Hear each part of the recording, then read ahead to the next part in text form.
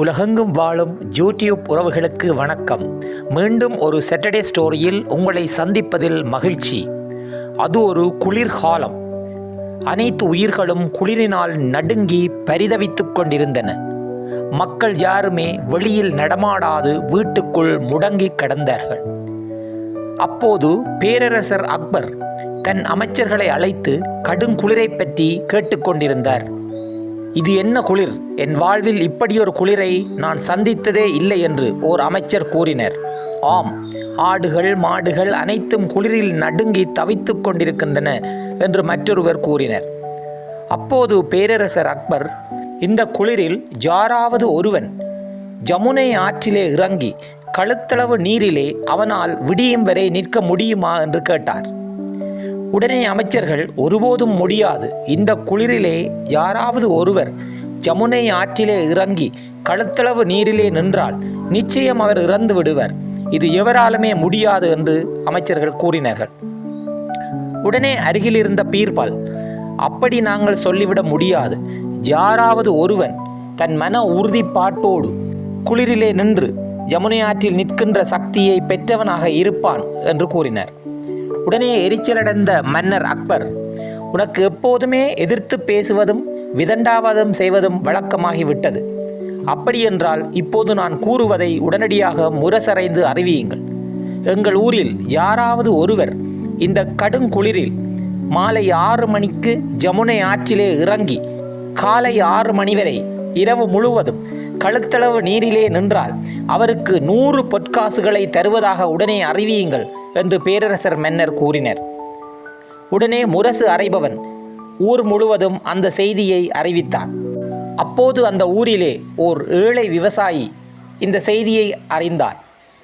அவனுக்கு 2 பிள்ளைகள். திருமண வயது நெருங்கிவிட்டது.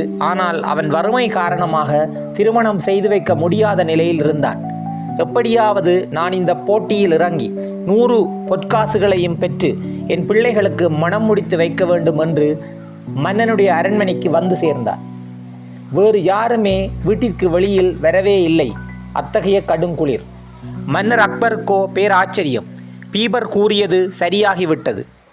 ஆனாலும் இவனால் நாளை காலை வரை இந்த குளிரை தாங்கி உயிருடன் இருக்கவே முடியாது என்று அக்பர் தனக்குள்ளே எண்ணிக்கொண்டார். சரியாக மாலை 6 மணி அந்த விவசாயி தன்னுடைய மேலாடையை எடுத்து இடுப்பிலே கட்டிக்கொண்டு ஜமுனை ஆற்றிலே இறங்கி தன் கழுத்தளவு நீர் வரும் வரை சென்று அங்கே நின்றான். ஒரு சில பேர் வேடிக்கை பார்த்து கொண்டு இருந்தனர். மன்னர் அக்பரோ, நாளை காலை இவன் உயிரோடு இருந்தால் எனக்கு அறிவியுங்கள் என்று கூறிவிட்டு அரண்மனைக்குள் சென்று விட்டார். மறுநாள் காலை விடிந்தது. என்ன ஆச்சரியம்! அந்த விவசாயி அந்த குளிரிலே உயிரோடு இருந்தார். உடனே அங்கு வந்த மன்னர் அக்பர், எவ்வாறு உன்னால் இந்த குளிரிலே தாங்கி இருக்க முடிந்தது என்று கேட்டார். உடனே அந்த ஏழை விவசாயி, மன்னனே, போன்ற ஏழைகளுக்கு கடவுள் எப்போதாவது ஒரு முறைதான் வாய்ப்பை தருவர். இதை விட்டால் என் குழந்தைகளுக்கு திருமணம் செய்து வைப்பதற்கு வேறு சந்தர்ப்பம் கிடையாது. அவர்களுடைய எதிர்காலத்தை எண்ணிக்கொண்டு இருந்ததனால் எனக்கு இந்த குளிர் தெரியவில்லை என்று கூறினர். அப்போது அக்பர், இது மட்டும்தான் காரணமா அல்லது வேறு நீ ஏதாவது வித்தைகளை பயன்படுத்தினாயா என்று கேட்டார். உடனே அந்த ஏழை விவசாயி, உங்கள் அரண்மனையினுடைய முடியிலே தெரிகின்ற அந்த ஒளியை பார்த்து கொண்டே இருந்தேன். அப்போது என்னால் இந்த குளிரை உணர முடியவில்லை. என் கண்களிலே உங்கள் அரண்மனை ஒளி படுகின்ற போது என்னுள்ளே சிறு வெப்பத்தை நான் உணர்ந்தேன் என்று கூறினான். உடனே மன்னர் அக்பர், நீ என்னுடைய அரண்மனையில் உள்ள விளக்கின் ஒளியை பயன்படுத்தியே இந்த போட்டியில் வென்றிருக்கின்றாய். அப்படியென்றால் நான் உனக்கு 100 பொற்காசுகளை தரமாட்டேன் என்று கூறிவிட்டு அரண்மனைக்குள் சென்று விட்டார். மிகுந்த கனவுகளோடு தன் உயிரை கையில் வைத்து போட்டியில் இறங்கிய அந்த ஏழை மிகவும் மனவருத்தத்தோடு அங்கிருந்து புறப்பட்டான். உடனே பீர்பால், நீ ஒன்றுக்கும் யோசிக்காதே, உனக்குரிய 100 பொற்காசுகளும் என்றாவது ஒரு நாள் வந்து சேரும். நீ நம்பிக்கையோடு சென்று வா என்று கூறினர். நாட்கள் நகர்ந்தன. ஒரு நாள் பேரரசர் அக்பர் வேட்டையாடுவதற்காக புறப்பட்டார். அப்போது அருகிலிருந்த பீர்பால், தானும் உங்களோடு வருகின்றேன். வேட்டையாடி களைப்புற்றிருக்கும் போது உங்களுக்கு நான் சுவையாக உணவு சமைத்து தருகின்றேன் என்று கூறினார். உடனே பேரரசர் அக்பர் பீர்பாலையும் அழைத்து கொண்டு வேட்டைக்கு சென்றார். நீண்ட நேரத்தின் பின்னர் வேட்டையில் அவர்களுக்கு ஒரு மான் கிடைத்தது. களைப்படைந்த மன்னர் விரைவாக அதனை சமைத்து தரும்படி கூறிவிட்டு ஓய்வெடுத்தார். நீண்ட நேரங்கள் ஆகியும் உணவு தயாராகாத நிலையில் கோபமடைந்த அக்பர் பீர்பால் என்ன செய்கிறார் என்று பார்ப்பதற்காக அங்கே வந்து சேர்ந்தார். அங்கே பீர்பாலின் வேலையை பார்த்ததும் பேரரசர் அக்பருக்கு மிகுந்த கோபம் வந்துவிட்டது.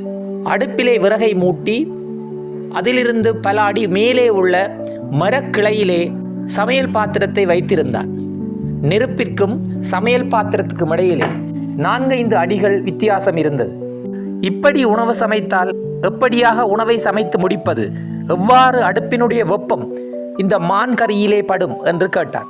உடனே பீபர், மன்னரே, 1 கிலோமீட்டர் தூரத்தில் இருக்கின்ற உங்கள் அரண்மனையினுடைய விளக்கின் ஒளி அன்று அந்த ஜமுனை ஆற்றில் இறங்கி போட்டியிட்ட ஏழையின் உடலை வெப்பமாக்கும் என்றால் வெறும் 4 அடி உயரத்தில் உள்ள இந்த மான் கறியில் இந்த வெப்பம் படும் தானே என்று கேட்டான்.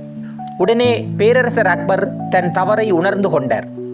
உடனடியாக அந்த ஏழையை அழைத்து அந்த பொற்காசுகளை அவனுக்கே கொடுத்தார். ஏழையும் மன மகிழ்ச்சியோடு பீர்பாலுக்கு நன்றி கூறிவிட்டு தன் குழந்தைகளின் திருமணத்தை இனிதே நிறைவு செய்து வைத்தார். இந்த கதை உங்களுக்கு எதனை வலியுறுத்துகின்றது? நாம் ஏழைகளை ஏமாற்றக்கூடாது. எம் வாழ்விலே புத்திசாலித்தனத்தை மிக கவனமாக பயன்படுத்தினால் எந்த ஒரு சூழ்நிலையிலும் நாம் வாழ்விலே வெற்றி பெறலாம். மீண்டும் ஒரு சாட்டர்டே ஸ்டோரியில் சந்திக்கின்றேன். நன்றி. எண்ணம் போல் வாழ்க்கை.